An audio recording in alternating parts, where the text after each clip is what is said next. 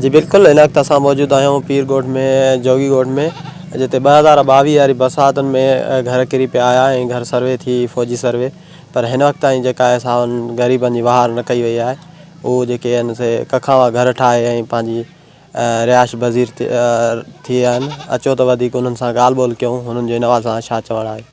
जीअं त 2022 में जेका बरसाति तमामु बेहद जॻहियूं हे हो माना सभु लुड़ी विया, असांजूं जॻहियूं सभु लुड़ी वियूं। हे कखां घर असांजा सभिनी जी माना सर्वे थी वई, फौजी साहब बि आया हुया।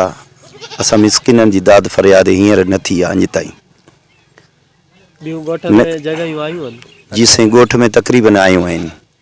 साईं अलाह साईं जी महिरबानी आहे। इहे असां जेको हाल आहे ॾिसो पिया, इहे असांजो जेको आहे नंढा मासूम बचड़ा सर्दी में ॾाढी तकलीफ़ थी अचे पई, पर पंहिंजी हिमत न हारी आहे। असांजो इहो ई अर्ज़ु आहे जेके निमाइंदा आहिनि ऐं जिन खे अलाह साईं ॾिनो आहे सरकार खे, असांजो अर्ज़ु आहे मिस्किननि जी मदद कई वञे खुदा कारण, ऐं जॻह अची वञे असांजी दुआऊं कंदासीं। नंढड़ा मासूम बचड़ा असां ॿियो कुझु ई न खपे, इहो ई आहे असांजी मदद कई वञे खुदा लॻ।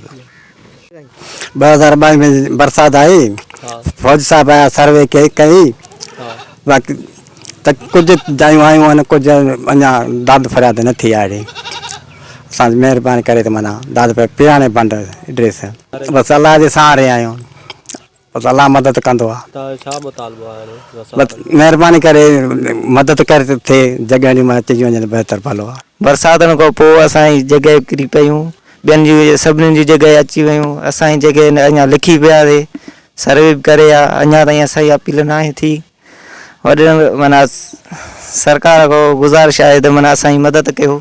कैमरामैन अजीबुल्ला महर सां गॾु सिराज अहमद मंगरियो, मेहरान TV न्यूज़, पीरगोट।